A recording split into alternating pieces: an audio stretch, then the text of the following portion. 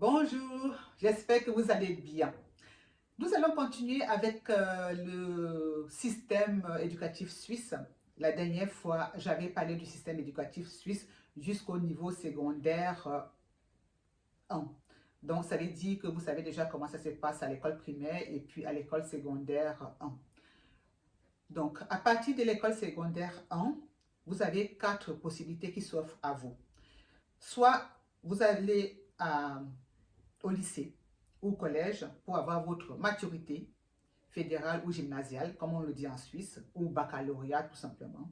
Soit vous choisissez les cours commerciaux pour obtenir un bac pro, soit vous vous inscrivez dans une école de culture générale pour avoir un certificat et ensuite une maturité spécialisée. Et enfin, soit vous faites un apprentissage dans un métier de votre choix pour avoir un CFC, mais pour ceux qui désirent continuer, il y a la possibilité d'atteindre un niveau supérieur d'études grâce à votre CFC aussi. Voilà. Alors, donc, pour récapituler, du côté de Genève où j'habite, du côté de la Suisse romande où on parle le français, il y a il existe trois formes de baccalauréat. Donc, le baccalauréat général, le bac pro et puis le bac spécialisé. Voilà. Alors, une fois que vous avez obtenu tous ces diplômes, vous avez la possibilité d'aller dans des hautes écoles spécialisées, dans les écoles supérieures ou aller vers les cours fédéraux pour avoir le brevet fédéral.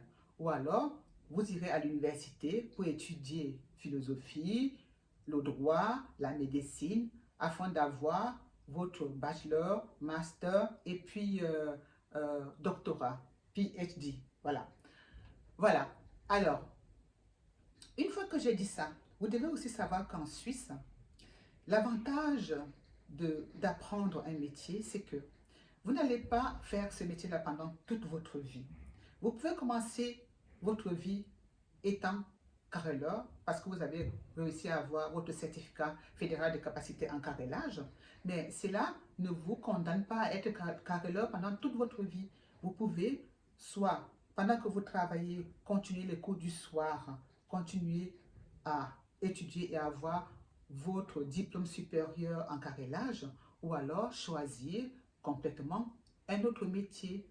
Par exemple, faire de l'électronique. Vous pouvez aussi avoir un diplôme en électronique alors que vous avez commencé comme carreleur. C'est ça, en fait, c'est ça qui fait la richesse de la Suisse. C'est ça qui attire souvent les dirigeants étrangers à venir voir comment est-ce que la Suisse réussit ce système-là. Voilà. Donc, il y a des passerelles qui existent entre le système général, le système de formation générale, donc l'école générale, et puis le système professionnel, donc les écoles professionnelles. Vous pouvez aussi avoir un diplôme, euh, disons un bachelor en électronique ou un master en électronique et décider finalement d'aller à l'université, donc, ou dans une école polytechnique fédérale pour faire un autre diplôme. Et pour le faire, soit vous passez par un stage, soit il y a un examen à faire, il y a un examen de passage à réussir.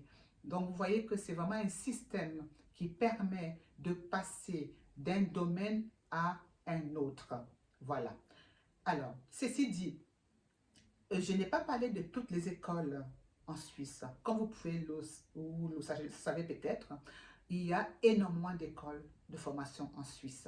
Je n'ai pas parlé ici de l'école de développement, de l'Institut de développement africain par exemple. Je n'ai pas parlé des écoles américaines ou des universités américaines qui existent ici. Il y a des grandes et hautes études en Suisse où les grands de ce monde envoient leurs enfants pour étudier. Donc, franchement, la Suisse foisonne. La Suisse est riche en instituts de formation. La Suisse est riche en haute école spécialisée et en plein d'autres centres de formation qui vous permettent d'acquérir les connaissances, quel que soit votre âge. quel que soit le domaine d'activité que vous avez choisi, il est possible de continuer, il est possible de se former, de faire les formations en continu afin d'atteindre le niveau supérieur que vous désirez. Voilà, ça c'est une chose. Autre chose, c'est que pour les étudiants qui choisissent de venir continuer leurs études en Suisse, il est très important pour vous de savoir qu'en Suisse, je vais encore le répéter, on parle 4 langues ici.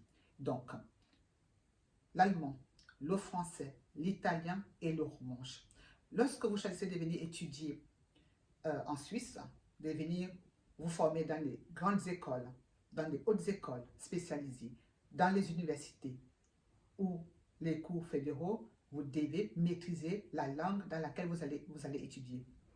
Sinon, vous allez être recalé, sinon, vous allez perdre le temps parce que vous ne maîtrisez pas la langue dans laquelle vous voulez étudier. Voilà. Donc, lorsque je dis ceci, c'est pour vous annoncer que j'en ai fini avec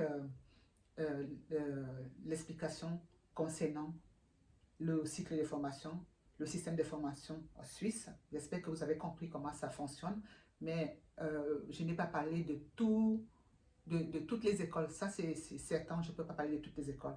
Mais si vous avez des questions à poser concernant les études, si vous avez des questions à poser concernant les universités, les hautes écoles, l'école polytechnique ou alors les écoles professionnelles, n'hésitez pas à vous adresser à moi. Comme je le dis toujours, je note tout sous la barre de notifications et vous avez mes coordonnées où vous pouvez me joindre afin que je vous accompagne dans la composition du dossier de candidature en tant qu'étudiant, etc. Voilà. Alors, en ce qui concerne le système éducatif suisse, je vais m'arrêter ici et nous allons nous retrouver pour parler des visas. Comme vous le savez, le visa pour étudiants n'a rien à voir avec le visa pour venir faire du tourisme en Suisse, pour voyager par exemple. Ça n'a rien à voir. Et c'est la même chose aussi, le visa pour venir travailler en Suisse n'a rien à voir avec le visa pour étudiants. Il en est de même lorsque vous demandez le visa pour venir vous faire soigner en Suisse, ça n'a strictement rien à voir. C'est 3 choses différentes, c'est 3 procédures différentes. Donc, lors de mes prochaines vidéos, je vais vous parler de ces différents visas. Et comme vous le savez, la plupart de mes vidéos s'adressent aux gens qui viennent des pays tiers, comme on appelle ici, donc les pays en dehors de l'Union européenne. Et je pense qu'il y a certains étudiants également qui habitent en Europe, qui aimeraient venir étudier en Suisse. Il y a aussi des critères à respecter. C'est d'autres critères qu'il faut remplir. Ça n'a rien à voir avec les critères que les gens venant des pays africains doivent remplir. Donc, toutes ces différences-là, je connais les différences. Donc, si vous avez besoin de spécificité, si vous avez besoin de réponses à vos questions par rapport aux études, par rapport à vos plans d'études, par rapport à comment ça se passe en Suisse, par rapport aux études, si vous venez de l'Union européenne ou de l'Afrique, vous savez à qui vous adresser. Voilà. Je suis disponible pour répondre à vos questions. Voilà. Alors, je vais m'arrêter là. Je vous donne rendez-vous très prochainement. Et n'oubliez pas de liker, de partager, de vous abonner. Et on se dit à très très bientôt. Prenez soin de vous. Bye bye.